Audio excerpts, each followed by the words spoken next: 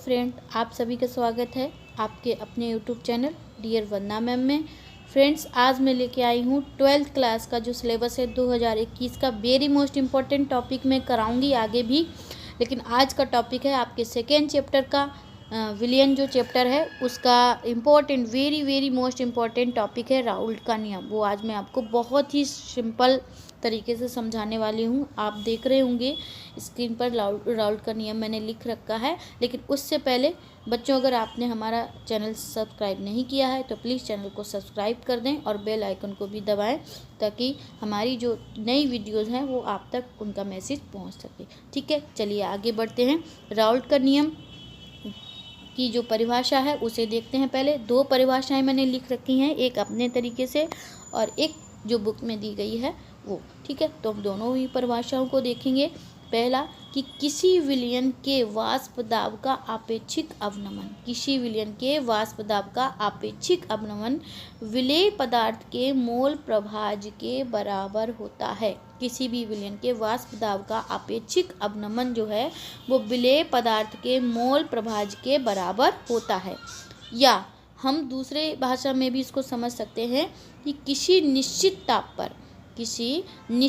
ताप पर विलयन में, यानी कि कोई विलयन है उसका निश्चित ताप में विलयन में उपस्थित किसी वाष्पशील अवयवी घटक, विलयन में उपस्थित किसी वाष्पशील अवयवी घटक का आंशिक वाष्प दाब उस अवयव के घटक के मोल के भिन्न के घटक का जो मोल है उसके भिन्न के समानुपाती होता है, मोल प्रभाज के समानुपाती होता है। यहाँ पर थोड़ा लिखना भूल गए हैं। मोल प्रभाज क्या होगा यहाँ पर? मोल प्रभाज भिन्न जो है भिन्न के समानुपाती होता है। तो फ्रेंड्स, आगे देखते हैं हम कैसे इसको सॉल्व करेंगे। अभी शायद आपके समझ में नहीं आ रहा होगा, लेकिन मैं आगे जब इसको समझाऊंगी तो आपको अच्छे से समझ में आएगा। ठीक है, जो आगे बढ़। तो फ्रेंड्स, जो हम फॉर्मूला क्या है, P minus PS upon P equal N1 upon N1 plus N2, ये फॉर्मूला है आपका। अब ये क्या है समझ में नहीं आया है ना, इसे समझाओ। चलो इसको भी समझाते हैं कि ये क्या है। ये P जो है ना, ये P बराबर है आपका विलायक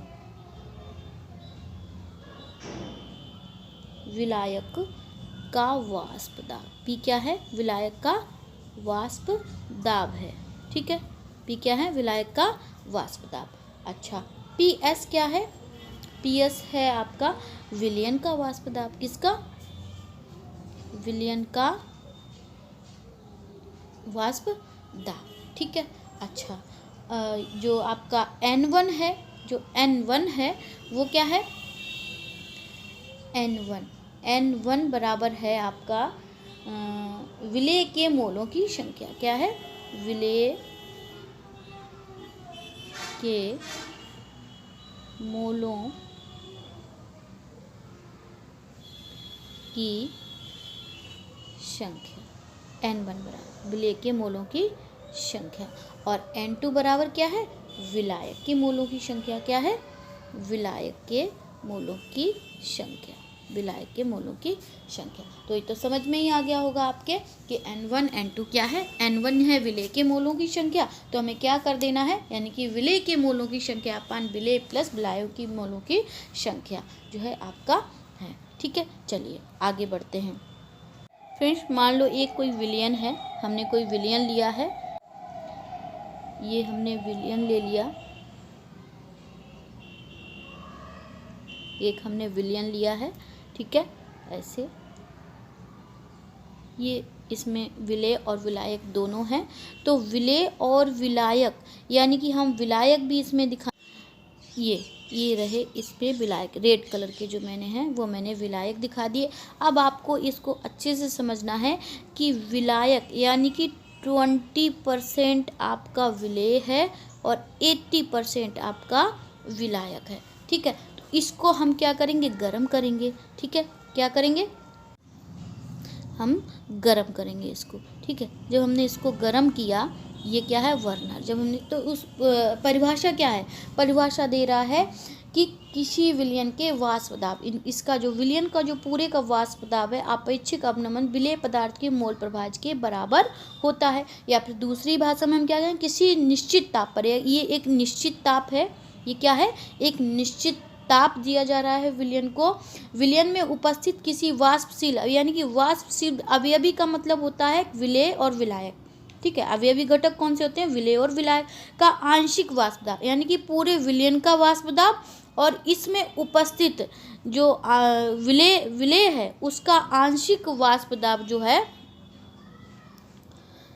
आंशिक वाष्प दाब उस अवयवी घटक की मोल भिन्न के समानुपाती, इस अवयवी घटक की मोल भिन्न के समानुपाती होता है। कैसे, हम देखेंगे कि मोल भिन्न के समानुपाती कैसे होता है। चलो आगे बढ़ते हैं।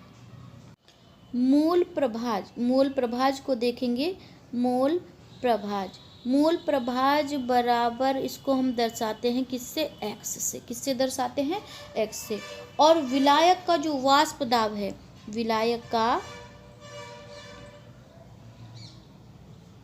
वाष्प दाब, विलायक का वाष्प दाब, इसको हम दर्शाते हैं P0 से, पता होगा, ठीक है। अच्छा, अब वो ये कह रहा है समानुपाती होता है, यानी कि हम इसको P0 को अगर हम PS मान लें, क्या मान लें, PS, ठीक है। तो हम क्या करेंगे, ये हो जाएगा आपका समानुपाती होगा PS समानुपाती X, मोल प्रभाज की समानुपाती यही होगा। अच्छा, अगर हम इसको हटाते हैं, समानुपाती को हटाते हैं, तो आपका हो जाएगा PS बराबर X इंटू लगेगा ना, और P0। यही आपका क्या है, राउल्ट का नियम है फ्रेंड्स। ये क्या है आपका, राउल्ट का नियम।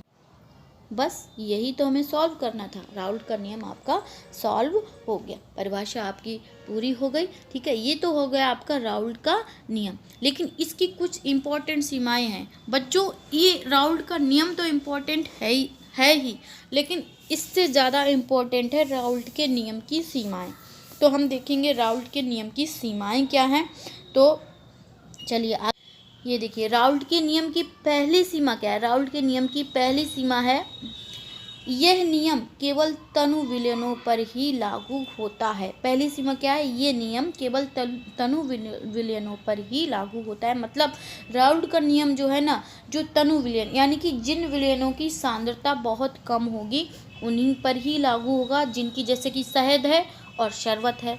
तो शहद पर जो है राउल्ट के नियम जो है कि राउल्ट का नियम जो है वो लागू नहीं होगा, लेकिन शरबत पर राउल्ट का नियम लागू होगा, यानी कि जो पतले विलयन होंगे उन्हीं पर जो है राउल्ट का नियम लागू होगा। दूसरा है, यह नियम अवाष्पशील विलेय युक्त विलयनों पर ही लागू होगा, यानी कि दूसरी सीमा क्या है कि ये जो राउल्ट का नियम है वो अवाष्पशील विलेय, यानी कि जो विलेय आंशिक रूप से घुलते हैं विलायक में या फिर घुलते ही नहीं हैं, उन्हीं विलयनों पर ही लागू होता है। यदि विलेय घुल जाता है पूर्ण रूप से तो उन पर लागू नहीं होगा। जैसा कि अगला नियम जो दिया गया वो क्या है कि यह नियम पूर्ण रूप से घुले, जो विलयन पूर्ण रूप से घुल जाते हैं उन पर लागू नहीं होगा। तो आपको ये, यानी कि जो आपकी सीमाएं हैं उनको बहुत अच्छे से याद कर लेना। आपका राउल्ट का नियम कंप्लीट हो गया, यानी कि नियम भी आपको याद करना है। एक बार फिर से हम देखेंगे क्या कि राउल्ट का नियम क्या। राउल्ट का नियम, किसी विलयन के वाष्प दाब का अपेक्षिक अवनमन विलेय पदार्थ के मोल प्रभाज के बराबर होता है। या फिर हम दूसरी लैंग्वेज में बोलेंगे, किसी निश्चित ताप पर, एक निश्चित ताप पर विलयन में उपस्थित वाष्पशील अवयवी जो घटक आंशिक, उनका आंशिक दाब, वाष्प दाब और मोल, इनका जो है मोल जो घटक है उनका मोल भिन्न के समानुपाती होता है। वही मैंने आपको आगे बताया। हम फार्मूला देखेंगे P-PS/P, यही होगा, और ये बराबर होगा N1/N1 + N2, यानी कि विलेय के मोलों की संख्या अपान विलेय प्लस विलायक के मोलों की संख्या, ठीक है। ये हो गया आपका। यहाँ पर N1 क्या है, विलेय के मोलों की संख्या, और N2 क्या है, विलायक के मोलों की संख्या। और इस तरह से मैंने आपको विलयन को वाष्प दाब के दिखाया था कि विलेय का जो वाष्प दाब होगा, पूरे विलयन का वाष्प दाब होगा, वो अवयवी घटक के आंशिक वाष्प दाब के मोल प्रभाज के समानुपाती होगा, ठीक है। मूल प्रभाज बराबर है x, मूल प्रभाज बराबर क्या है x, और विलायक का जो वाष्प दाब है वो किसके बराबर है P0, जिसको हमने PS मान लिया है, PS भी कह सकते हैं। तो PS क्योंकि हमने परिभाषा में देखा कि जो वाष्प दाब है यानी कि विलायक का वाष्प दाब समानुपाती मूल प्रभाज, तो जब हम इसको बराबर में लाएंगे यानी कि समानुपाती का जब चिन्ह हटाएंगे और इसको हम बराबर में लिखेंगे तो PS बराबर x इंटू हो जाएगा। ठीक है, समानुपाती हटाएंगे तो s गुणा हो जाएगा और इसका हो जाएगा P0। ये तो हो गया आपका राउल्ट का नियम। अब इसकी सीमाएं एक बार देख लेते हैं। यह नियम केवल तनु विलयनों पर लागू होता है, यानी कि तरल जितने भी विलयन होंगे सांद्रता जिनकी कम होगी उन पर लागू होगा। यह नियम अवाष्पशील विलय युक्त विलयनों पर भी लागू होगा, यानी कि जो अवाष्पशील विलय होते हैं उन पर ही लागू होगा। अगर विलय पूर्ण रूप से घुला हुआ है तो उन पर लागू नहीं होगा, जैसे कि नीचे वाले नियम में आपने देखा है 3rd नंबर पर। यह नियम पूर्ण रूप से, अगर पूर्ण रूप से कोई विलयन घुल रहा है तो उस पर यह नियम लागू नहीं होगा। अगर आपको वीडियो अच्छी लगी है बच्चों तो प्लीज़ इसे शेयर भी करना, लाइक कमेंट करना ही करना, साथ में शेयर भी करना ताकि और लोगों तक ये जानकारी पहुँचे। और आगे की वीडियो में भी मैं इंटर लेवल की ही इम्पोर्टेंट टॉपिक ही डालूंगी। अगर किसी को कोई टॉपिक समझना है तो प्लीज़ मुझे कमेंट बॉक्स में ज़रूर बताएं। Okay, take care, bye.